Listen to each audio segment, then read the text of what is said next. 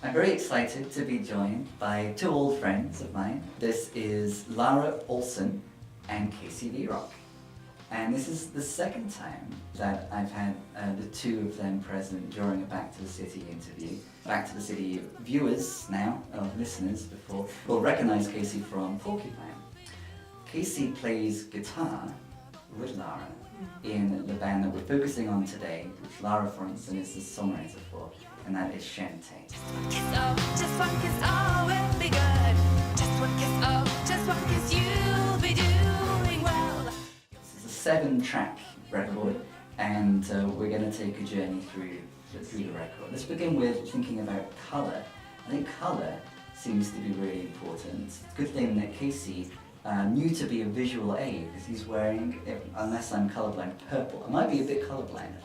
No, you're... Is this purple? It is purple. It is purple. I recently was talking with a local band called Double Grave in an interview, and I was flattering Jeremy Warden because of the colour-coded nature of the band. They had green drum kit, green guitars, and the bassist had a green hat. Turned out it was all blue. Oh. So, but in this case, Casey's wearing purple, and the reason why I'm highlighting this is because purple is one of the colours that seems to be important. Right in the opening track, in Just One Kiss, you'll wear a purple gown. It's very regal. That's Yeah. true. And then the third track, Hide and Seek, purple palm trees swaying is kind of sets the scene. So colours seem really important in this record, and different locations. So we've got those swaying palm trees, will be by a river, I think. Is it a river? A lake. In our dreams, in a lake, will be lying by a lake eventually, but there's also ocean in the meantime. That's true. Yeah. So, were you conscious of either location or colour schemes being important in the record? And if so, how so? Well, what are the important locations? What are the important colours? That's a really good question. Or two, bombarding you with everything at once. I was actually not aware of a specific color, but so I mean in that song where there's a purple palm tree, it's a night. I think a lot of in my mind is a night landscape. Yeah. So, Waves are whispering a secret song to us. And the ocean In the at nighttime. night, with the moon reflecting. Yeah. So I think maybe more in terms of location than I guess Yeah. Yeah. the ocean, but it wasn't like a theme for the whole record. What's the significance of the ocean? In that song, Hide and Seek, it's a song about secrets. Yeah. And the idea of the ocean kind of hiding secrets. Yeah. So the moon provides our cover at one moment in the song, but at another moment in the song, we're covered by the ocean, and the moon is there, but the moon is, I can't read my writing. It's alive. The moon is alive, yeah. Yeah. So that's interesting. The idea of, so hide and seek is a game, obviously, and whether things are a game or not a game is something which the song kind of plays with. And it's interesting, the playfulness of this moon and the shifting of the moon being what is alive. We're covered by something else, and then the moon is kind of covering us. There's a sense in that song in particular, I think, of, is playfulness the right word? Or, so what's going on? Why is it called Hide and Seek? How is the moon and like other aspects of the location involved in the game? If it's a game. It's definitely not about a game. Right. So it's that idea of hide and seek. There's someone running away from somebody else and hiding. I was just really drawn to that lyrically, just because at that time when I wrote that song, I was feeling like hiding myself. Like, So you were feeling like running. yeah, and hiding. Although I'm not in that song, not that person running away, but I myself was hiding quite a bit. By the end of the record, you're... And seeking. And seeking, right. Hiding, it is central, it's the third track, so it's right at the center of the record. And I think it makes sense that we've kind of homed in on that to begin with. Yeah. There is a kind of playfulness in whatever the activity is, but then there are other moments in the song and in the record where there's a sense of actually no, this isn't fun. Yeah. And that comes through, especially with the idea of running. By the end of the record, there's more and more running. Like running comes up in the lyrics a lot more. In tracks 6 and 7, run and run, and finally open my eyes in track 6, which is the Joker. Yeah. And then at the end in track 7, which was produced by Jason, who we'll talk a bit about. Yeah. Running, twirling, dancing, catching raindrops, hiding a treasure in her hand. This is what a girl is doing in your dreams. Yeah. Are you the girl? It's a double meaning. It could be me, but it could also be another girl. Yeah. Okay.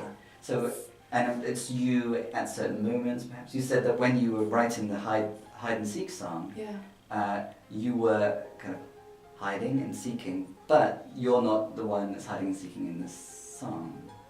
Exactly, that is true. In Would You Rather, that is definitely me a lot. So in my dreams. That being the final track. Yeah. So you were running, twirling, dancing.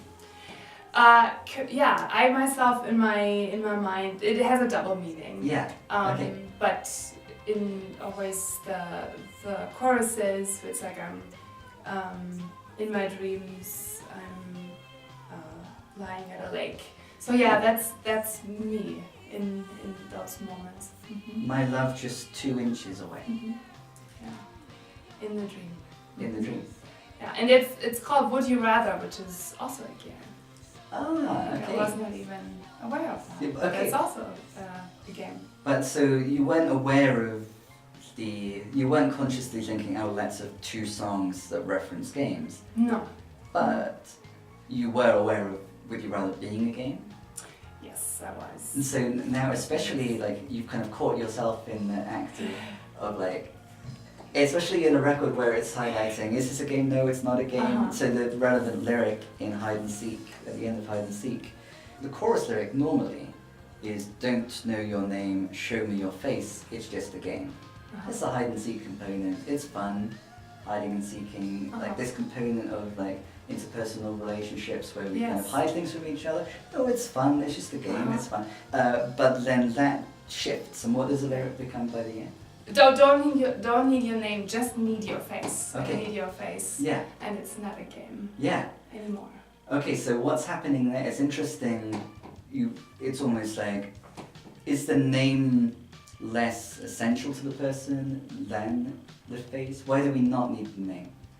And why do we just need the face? Well, it's because that face is precious. And the name is not important. It's the face. The human beings truly interacting. Seeing each other. Yeah. Seeing each other and not hiding. Yeah. Yeah.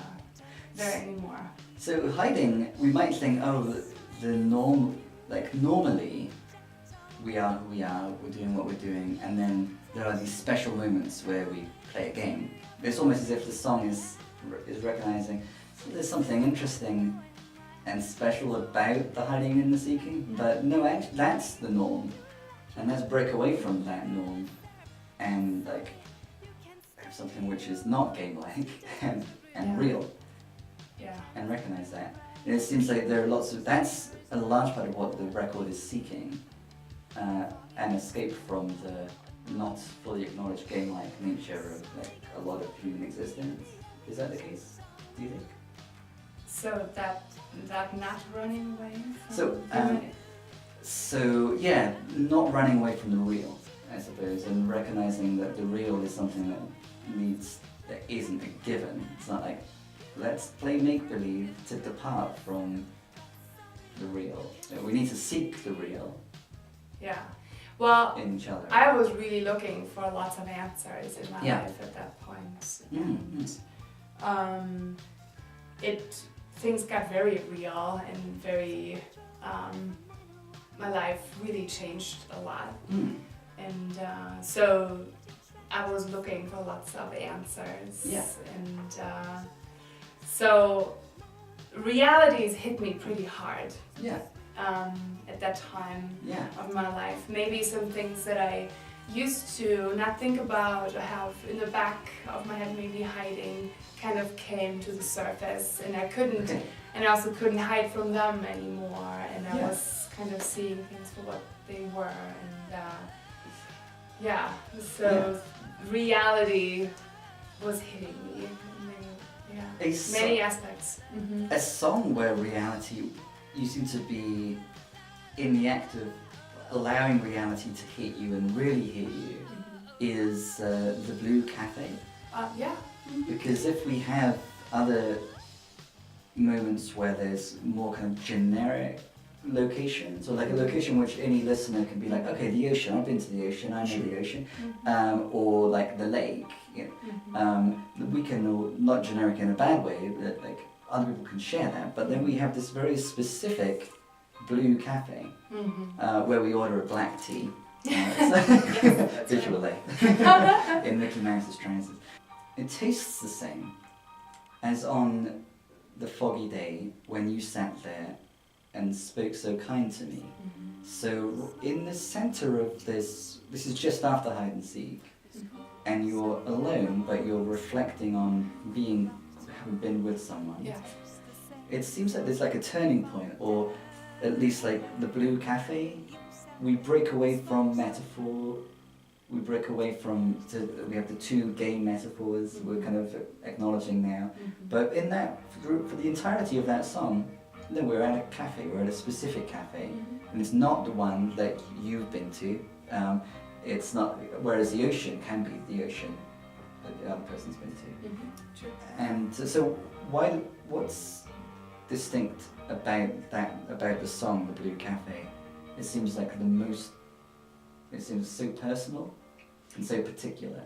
Yeah, it is a very personal song, and it's one of the oldest songs on the record. But it really, the emotion that's expressed felt like really like it fit on the record. Yeah. And it's a very specific song about a specific person. Yeah. And about the idea that when a relationship ends, this person is still with you. Yeah. And it's very literal. That we not only have we moved away from the metaphors, but I think in that song there's more statements like what you're saying just now, reflecting on like the nature of the impact on the present self of like a past love. It's really that although I'm sitting alone here, you know, it's like as if you were here with me still. Yeah. I can still hear you, and I can still feel the touch on my skin.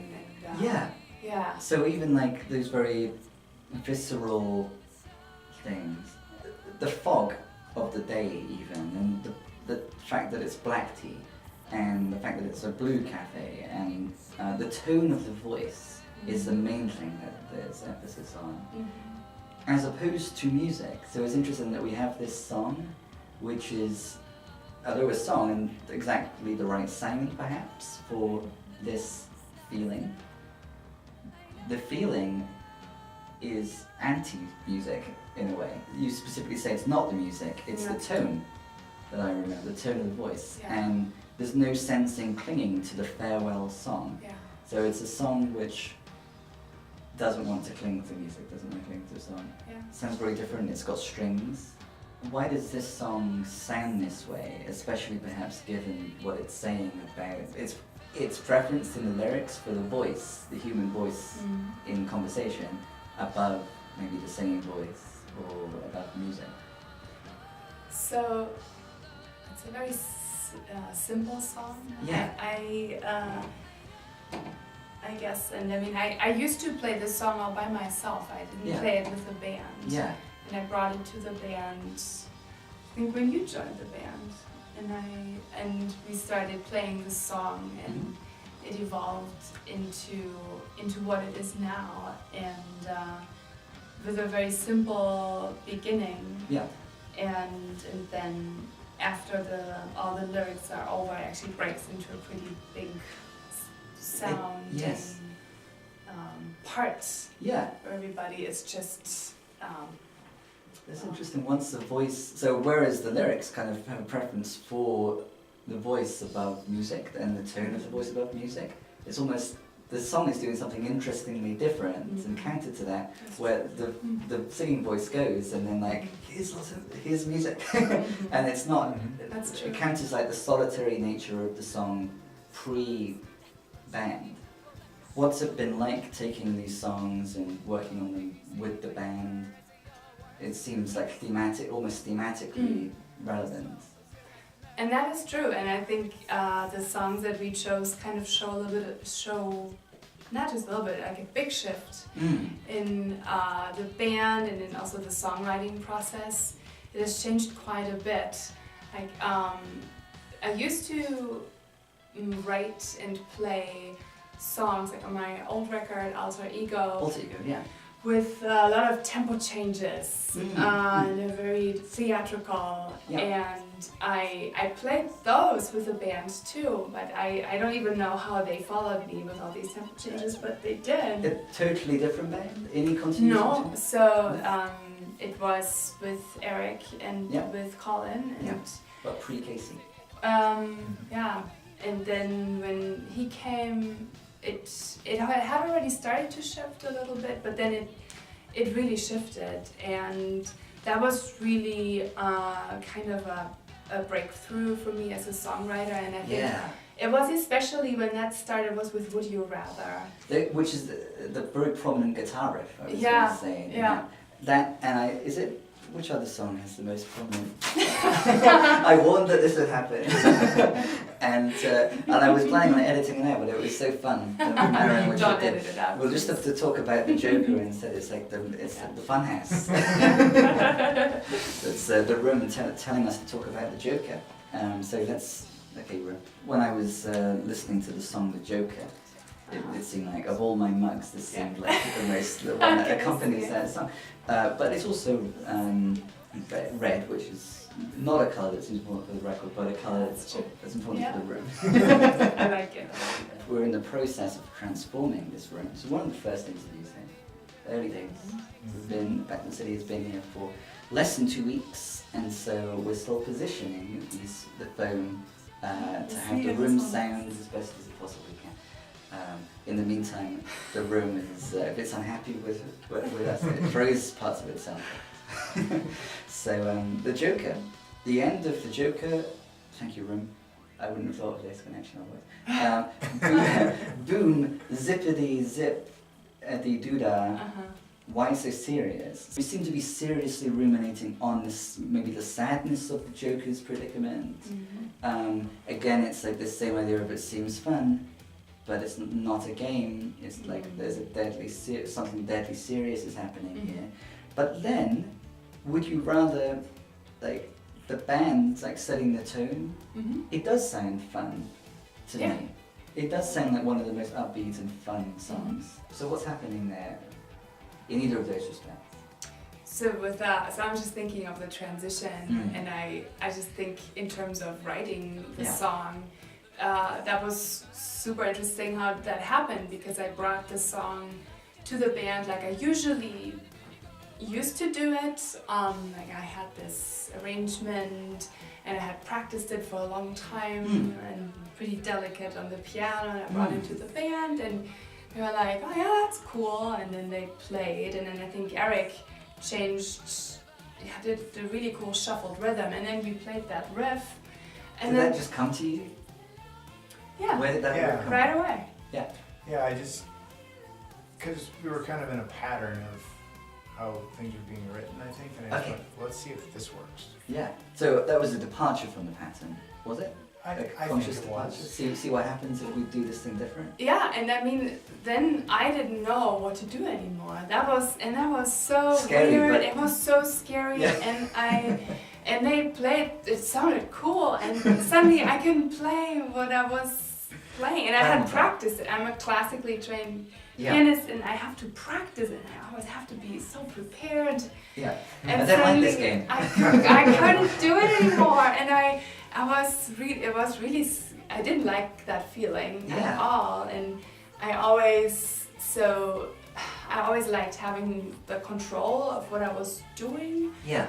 And I think partially was, or I think not just partially, but I think the reason for that was that I didn't want to be just like, I don't know what I'm doing. Yeah, especially because you're the songwriter. It's your band. And I always wanted to, I don't know, to prove that I am a good songwriter and I know how to play this piano and didn't really want to have any moment of, I don't know. What's like the song kind of taking on a life of its own, Exactly, like runaway song. Like exactly. But then, I mean, it was so cool. And that really was a revelation for me as a songwriter, that I need to, so creativity really happens in moments when you maybe make a mistake or you are somewhere and you don't know what to do and something else just happens, and especially when you work with other people, if you are in a very strict framework, then where's the